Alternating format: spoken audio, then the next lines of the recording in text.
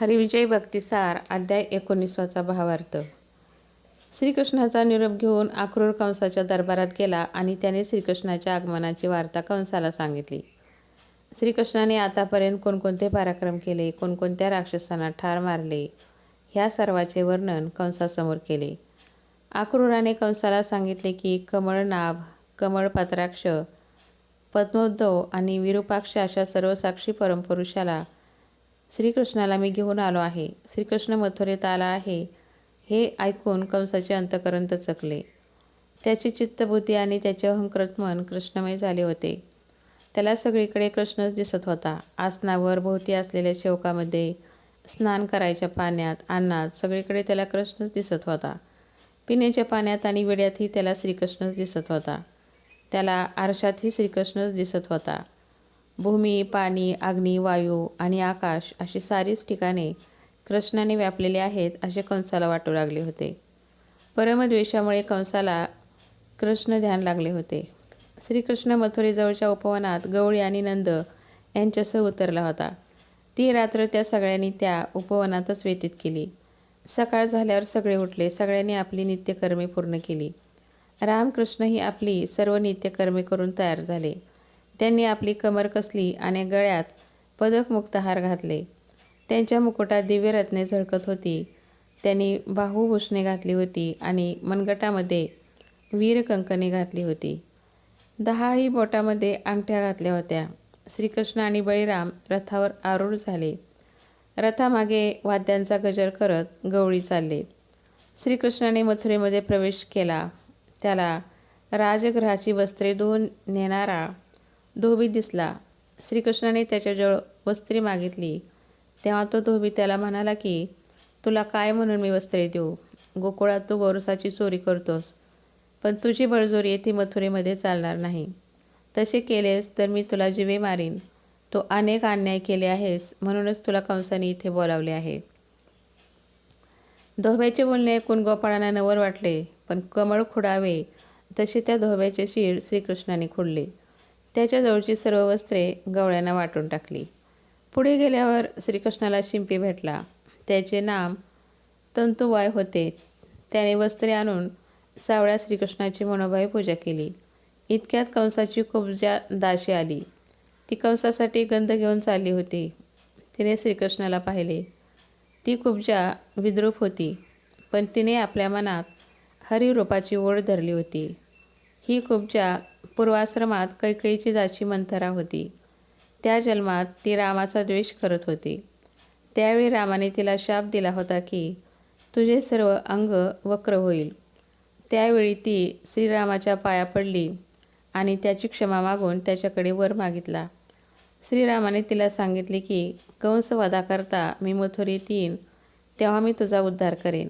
श्रीकृष्णाने त्या कुब्जेकडे ती चंदनाची उटी मागितली. त्या कुब्जेने ती चंदनाची उटी स्वतःच्या हातांनी मनोभावे श्रीकृष्णांना लावली. श्रीहरीचे मुख पाहून ती सद्गत झाली. तिने श्रीकृष्णाला साष्टांग नमस्कार केला. कृष्णाने तिला आपल्या हातांना धरून उठवले आणि आपला चरण तिच्या शरीराला लावला. लोखंडाला परीस लागल्यावर त्याचे जसे सोने होते तसे त्या कुब्जेचे झाले. श्रीकृष्णाचा चरण तिच्या शरीराला लागल्यावर तिला दिव्य शरीर लाभले. ती कुब्जा दिव्य पद्मिनीप्रमाणे दिसू लागली. हरीचे मुख न्याहाळतच ती मंजूळ स्वरात म्हणाली की श्रीकृष्णा, तू माझ्या घरी चल. त्यावर श्रीकृष्णाने तिला सांगितले की कंसाचा वध करून मगच मी तुझ्या सत्नी येईन. कुब्जेचा उद्धार करून श्रीकृष्ण पुढे निघाले. तेव्हा त्याच्यासमोर फुलारी आला. त्याने श्रीकृष्णाच्या गळ्यात फुलांच्या माळा घातल्या आणि मोठ्या प्रेमाने त्याचे पाय धरून त्याला नमस्कार केला. मग श्रीकृष्णाने तिथल्या लोकांना विचारले की धनुर्याग कुठे आहे ते मला सांगा. तो पाहतो आणि मग कंसाचा वध करायला जातो. श्रीपती गावात आला आहे हे ऐकून मथुरेच्या गोपी त्याला पाहण्यासाठी हातातली कामे सोडून धावत आल्या. श्रीकृष्ण जात होता त्या मार्गावर सगळीकडे गोपिका जमल्या होत्या. त्यांच्या डोक्यावर त्या फुले उधळीत होत्या, त्याला ओवाळीत होत्या. श्रीकृष्ण धनुर्याग मंडपाजवळ आला. कंसाने तेथे शिवधनुष्यासारखे महाप्रचंड असे लोहधनुष्य ठेवले होते. श्रीरामाने ज्याप्रमाणे शिवधनुष्य मोडले होते त्याप्रमाणेच श्रीकृष्णानेही या लोहधनुष्याचे 2 तुकडे केले. राजाज्ञा न घेताच ते धनुष्य श्रीकृष्णाने मोडले. म्हणून तिथे असलेले उन्मत्त दैत्य श्रीकृष्णावर धावले. रामकृष्णाने मग त्या धनुष्याचे तुकडे घेतले आणि ते दोघे त्या दैत्यावर तुटून पडले. तेथे असलेल्या सर्व दैत्यांना कृष्णाने मारून टाकले.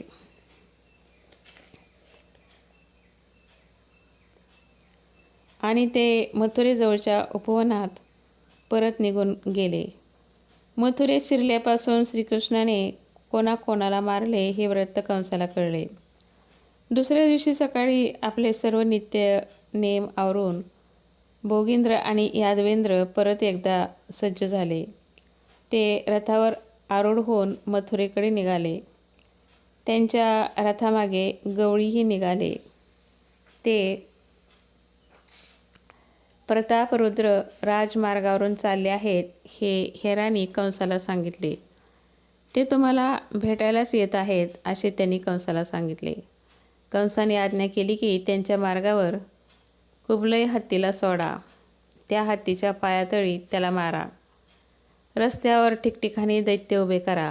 मुष्टिक, चाणूर आणि आम्ही सारेजण रंगमंडपात बसतो. कुबलायावर बसलेल्या दैत्याने त्या हत्तीला अचानक गवळ्यांच्या घोळक्यामध्ये घातले. तो म्हणत होता की हत्ती मला आवरत नाही. सगळे गवळी भयभीत झाले. श्रीकृष्ण त्या माहुताला म्हणाला की त्या हत्तीला दुसऱ्या रस्त्याने घेऊन जा, नाहीतर मी तुला त्याच्या पायाखाली घालीन. तो माहूत आणि तो मदमस्त हत्ती आवरत नाही हे पाहिल्यावर श्रीकृष्ण रागावला. त्याने त्या हत्तीची सोंड एका हाताने धरली आणि दुसरा हात त्याच्या तोंडात घातला. त्याला पिळून उताना पाडला. हत्तीने आपल्या सोंडेने श्रीकृष्णाला आवळले. श्रीकृष्णाने चपळतेने त्या हत्तीची शेपटी धरली आणि त्याला गरगरा फिरवले. हत्तीवर बसलेल्या माहुताला आपटल्यावर त्याची शकले झाली. तो हत्ती श्रीकृष्णावर 10 वेळा धावून आला आणि श्रीकृष्णाने प्रत्येक वेळेला त्याला भिरकावून दिले. शेवटी त्याची मातीच्या मडक्याप्रमाणे सोंड आपल्या पायामध्ये आवळून धरली आणि त्याच्या डोक्यावर मारले. तेव्हा तो निष्प्राण होऊन जमिनीवर पडला. श्रीकृष्णाने मग त्याचे लोखंडाच्या दांड्याप्रमाणे असलेले 2 दात मोडले. ते दात घेऊन श्रीकृष्ण पुढे निघाला आणि वाटेत येणाऱ्या दैत्यांना त्या दातांनीच मारले. ठिकठिकाणी दैत्यांची प्रेते पडली होती. सगळ्या रस्त्यावर रक्त वाहत होते. श्रीकृष्णाचा पराक्रम पाहून मग कंसाचे मल्ल पळत सुटले. कृष्ण कंसाच्या महाद्वारापाशी आला. तेथील द्वारपाल जेव्हा श्रीकृष्णासमोर आले तेव्हा श्रीकृष्णाने त्यांनाही हस्तिदंताने मारले. श्रीकृष्णाचा तो प्रताप पाहून उरलेले द्वारपाल मल्ल पळत सुटले आणि ते रंगमंडपात आले. त्यांच्या पाठोपाठ कंसाला शोधत रामकृष्णही रंगमंडपात दाखल झाले. ते दोघे कल्पांत सूर्याप्रमाणे दिसत होते आणि कंसासह इतर सगळे दैत्य काजव्याप्रमाणे दिसत होते. नगरातले लोक कृष्णमुख पाहण्यासाठी तिथे आले होते. सभेच्या ठिकाणी असलेले सगळेजण हरिमुख पाहत होते. भक्तांना तो आपला कैवारी वाटत होता आणि कंसाला तो आपला काळ आहे असे वाटत होते. कंसांच्या मल्लांना वाटले की हा तर प्रलय काळच आहे. नंदाला आणि गवळ्यांना तो आपला बाळ आहे असे वाटत होते आणि गोपाळांना तो आपला प्राणसखा आहे असे वाटत होते. सभेमध्ये आलेल्या श्रीकृष्णाला पाहून कंस, चाणूर आणि मुष्टिक भयभीत झाले. त्यांना वाटले की आपण आपले घर जाळायला हा अग्नी का आणला. मग मुष्टिक आणि चाणूर ह्या दोघांनी धीर एकवटून श्रीकृष्ण आणि बळीराम ह्यांना विचारले की तुम्ही सगळ्यांची झुंबी घेता असे ऐकले होते. ह्या सभेमध्ये जे मल्ल बसले आहेत त्यांच्यापैकी जे तुम्हाला तुमच्या तोडीचे वाटतील त्यांच्याशी तुम्ही मल्लयुद्ध खेळा. श्रीकृष्ण हसला आणि त्याने चाणूराला ओढले. उसने अवसान आणून चाणूर म्हणाला की ह्या पृथ्वीवर माझ्याशी भिडेल असा कोणी वीर नाही. चाणूर आणि श्रीकृष्ण जेव्हा एकमेकांना भिडले तेव्हाच बळीरामाने मुष्टिकाला ओढले. मुष्टिकाच्या हृदयावर बळीरामाने मुष्टिप्रहार केला आणि त्याला उचलून जमिनीवर आपटले. मुष्टिकाला बळीरामाने मारले आहे हे पाहून श्रीकृष्णाने चाणूरालाही जमिनीवर आपटले. तोही गतप्राण झाला. मुष्टिक आणि चाणूर ह्या दोघांचाही बलराम आणि कृष्ण ह्यांनी वध केला आहे हे पाहून तिथे उपस्थित असलेले सगळे मल्ल नगर दुर्गावरून उड्या मारून पळून गेले. त्यांनी त्यांची पदे आणि हातातली शस्त्रे सोडून दिली. इतक्यात शल आणि तोशल नावाचे मल्ल बलराम कृष्णांच्या अंगावर धावून आले, पण त्यांनाही बलराम कृष्णांनी तत्काळ मारले. त्यानंतर आणखी 8 जण श्रीकृष्णावर धावून येत आहेत हे पाहून बळीराम त्यांच्यासमोर गेला आणि त्यांना आपटून मारले. तुंबिनीची ओली फळे जमिनीवर आपटल्यावर त्यांची जशी शकले होतात तशी त्या 8 जणांची अवस्था झाली. आपले मरण आता जवळ येत चालले आहे हे पाहून कंसाला भीती वाटू लागली. ह्या दोघांना इथे बोलावून आपणच आपले मरण जवळ आणले आहे हे कंसाला कळून चुकले. निजलेल्या सिंहांना आपण जागे केले आहे हे कंसाच्या लक्षात आले. वाद्यांचे मोठे आवाज होऊ लागले. बलराम आणि वनमाळी नाचू लागले. ते दोघे म्हणजे काळ आणि कृतांत आहेत असेच दिसत होते. कंसाने आपल्या सेवकांना आज्ञा दिली की ह्या दोघांना बाहेर घेऊन जा आणि वसुदेव आणि देवकी ह्यांना जीवे मारा. नंद आणि गवळी यांचाही संहार करा. यादवांचा वध करा आणि उग्रसेनाचाही वध करा. श्रीकृष्णाने कंसाचे बोलणे ऐकले आणि त्याने उच्चस्थानी बसलेल्या कंसाच्या अंगावर अचानक उडी घेतली. श्रीकृष्णाने हाताच्या फटकाऱ्याने त्याचा मुकुट खाली टाकला. श्रीकृष्णाने कंसाला बळाने धरणीवर ओढून आणले. त्याच्या हृदयावर मुष्टिघात केले. त्या मुष्टिघातामुळे कंसाने आपले डोळे वटारले आणि प्राण सोडला. त्याच्या तोंडातून रक्ताचे लोट वाहू लागले. श्रीकृष्णाने पूर्ण उदार होऊन कंसाला निजपद दिले. भक्त असो किंवा अभक्त असो, जो त्याचे ध्यान करतो त्याला तो एकच गती देतो. अखेरच्या काळात भीतीने किंवा द्वेषाने कंसाने हरिचिंतन केले होते, त्यामुळे श्रीकृष्णाने त्याला नक्कीच तारले असणार. गोकुळातल्या गोपिकांना कामाने तारले. वृंदावनातल्या पाषाण लतांचा स्पर्शाने उद्धार केला, तसाच त्याने कंसाचाही उद्धार केला. श्रीकृष्णाने कंसाचा वध केला आहे हे पाहून देवांना खूप आनंद झाला. दुदुंबीच्या वशाने आकाश निनादून गेले. देव दिव्य सुमनांचा वर्षाव वारंवार करत राहिले. मथुरेत राहणारे सर्व दैत्य पळून गेले. हृदयात ज्ञान ठसले की कामक्रोध ज्याप्रमाणे पळून जातात त्याप्रमाणे मथुरेत श्रीकृष्ण आल्यावर दैत्य पळून गेले. श्रीकृष्णरूपी झंझावात आल्यावर दैत्यरूपी मेघ विरून गेले. मथुरेत आता श्रीकृष्णाचे सज्जन भक्त तेवढे राहिले. ते सर्व श्रीकृष्णाला शरण आले. उग्रसेनाच्या प्रधानाने कंसाचे कलेवर आणून त्याला अग्नीत घातले आणि त्याचे उत्तरकार्य केले. बंदीशाळा फोडून सगळ्यांना बाहेर आणले आणि त्यांचा गौरव केला. उग्रसेनाच्या शृंखला तोडून श्रीकृष्णाने त्यांना नमन केले आणि त्यांना सिंहासनावर बसवले. सगळ्यांनी जय जयकार केला. मग श्रीकृष्ण आणि राम उग्रसेनाला घेऊन वसुदेव देवकी ह्यांना जिथे ठेवले होते तिथे गेले. बलराम कृष्ण दोघांनीही त्यांना साष्टांग दंडवत घातला.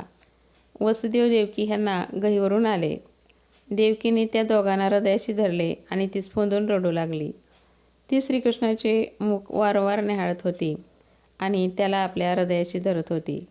ती श्रीकृष्णाला म्हणाली, तुला पायावर घेऊन आंघोळ घातली नाही, तुला अंगाई म्हणून पाळण्यात निजवले नाही, तुझ्या जावळावरून कधी हात फिरवला नाही, तुला दूध पाजले नाही, माझा जन्म व्यर्थ गेला. मग ती बळीरामाला भेटली. तिचा तो प्रेमाचा आवेग पाहून तोही गहिवरून गेला. मग दोघांनीही वसुदेवला नमस्कार केला. तोही गहिवरला होता आणि त्याच्या डोळ्यातून प्रेमाश्रू वाहत होते. श्रीकृष्णाने मग दोघांनाही वस्त्रालंकार दिले. वसुदेवाची दुसरी पत्नी रोहिणी त्यावेळी गोकुळातून आली. उग्रसेन आपल्या जामाताला भेटला आणि त्याने आपल्या मुलीला देवकीला प्रेमाने जवळ घेतले. नंदादिक गवळ्यांना वसुदेव देवकी भेटले. भेटीगाठीचा तो सोहळा मोठा अपूर्व होता. त्याचवेळी तिथे गर्गमुनी आले. त्यांच्याबरोबर अनेक ऋषीवर होते. त्यांनी वसुदेव देवकीला सांगितले की आता बलराम कृष्णांचे व्रतबंध करावे. त्या व्रतबंधाच्या प्रसंगी उग्रसेनाने आपले भांडार खुले केले. त्याने सगळ्याला वस्त्रे, द्रव्ये आणि अलंकार ह्यांच्या भेटी दिल्या. वेदमंत्राच्या घोषात बलराम कृष्णांना यज्ञोपवीत घातले. तो सोहळा 4 दिवस चालला. नंदाने वसुदेवाची भेट घेतली आणि तो गोकुळात जायला निघाला. श्रीकृष्णाने नंदाला नमस्कार केला आणि त्याला सांगितले की तुम्ही माझे इतके दिवस पालनपोषण केले ते मी कधीही विसरणार नाही. तुम्ही आता गोकुळात सुखाने नांदा. सद्गतीत झालेल्या नंदाला बोलणे कठीण झाले होते. तो म्हणाला की तुला न घेता मी गोकुळात कसा जाऊ? तिथल्या लोकांना मी काय उत्तर देऊ? तुला इथेच टाकून गेलो तर लोक मला नावं ठेवतील आणि यशोदेला मी काय सांगू? तू म्हणजे तिचा प्राण आहेस. तुझ्याशिवाय ती प्राण देईन. तुझ्या विना गोकुळ ओस वाटेल, घर उदास होईल. मीच आता माझ्या देहाची आस सोडली आहे. त्यावेळी श्रीहरीने नंदाला सांगितले की तुम्ही दुःख करू नका. मी तुमच्या अंतःकरणात आहे. आपला कधीही वियोग होणार नाही. नंदाचे समाधान झाले आणि तो गवळ्यांना घेऊन गोकुळाची वाट चालू लागला. गोकुळात गेल्यावर सर्वांनी श्रीकृष्णाच्या पराक्रमाचे वर्णन करून सांगितले. गोकुळातले लोक आपले मन हरिचरणी ठेवून आपली नित्यकर्मे करू लागले. श्रीकृष्ण आता मथुरेत राहणार आहे हे ऐकून तिथल्या लोकांना खूप आनंद झाला. अक्रूराने श्रीकृष्णाला आपल्या घरी नेले आणि त्याने त्या विश्व उद्धारकाची पूजा केली. मथुरेतल्या घराघरात श्रीकृष्णाचे पूजन झाले. कुब्जेनेही श्रीकृष्णाला आपल्या घरी प्रेमाने नेले. तिची प्रेमभक्ती पाहून श्रीकृष्ण प्रसन्न झाले. श्रीकृष्ण आपल्या भक्ताची आवड काय आहे हे पाहून त्यांच्यासाठी त्यांना हवे तसे करवून घेत होता. हरिविजय ग्रंथाचा समुद्रापेक्षाही आगाध असा पूर्वार्ध इथे आज पूर्ण झाला. उत्तरार्ध ह्यापेक्षाही विशेष आहे. संस्कृत भाषा म्हणजे ऊस आहे आणि प्राकृत मराठी ही साखर आहे जी नेहमीच गोड लागते. पूर्ण हरिविजय ग्रंथ हे आंब्याचे वन आहे आणि त्यातील आंबे नेहमीच पिकलेले असतात. भक्त त्याचा आस्वाद घेत असतात. शुकाच्या मुखातून प्रकट झालेली ही कथा ऐकून संतांना परिपूर्ण आनंदाची प्राप्ती होते. श्री हरिविजय ग्रंथाचा 19वा अध्याय येथे पूर्ण झाला. जय श्रीकृष्ण.